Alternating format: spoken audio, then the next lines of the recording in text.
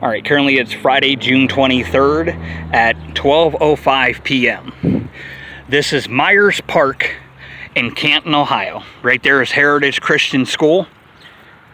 And as you can see, the city has vehicles parked right here in the park where there are no roads in this park. As you can see,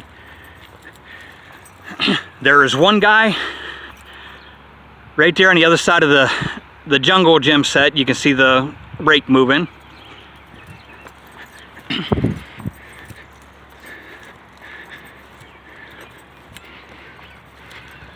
And I'm doing these videos to prove how messed up and screwed up this city is on charging people with driving through parks.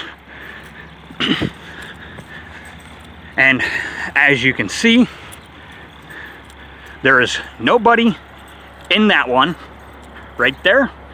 And the number on the truck, 3350, City of Canton. Now, as you can see, nobody is in that one, and it is running. The guy is standing right there. As you can see, Canton City and Canton City Parks right there.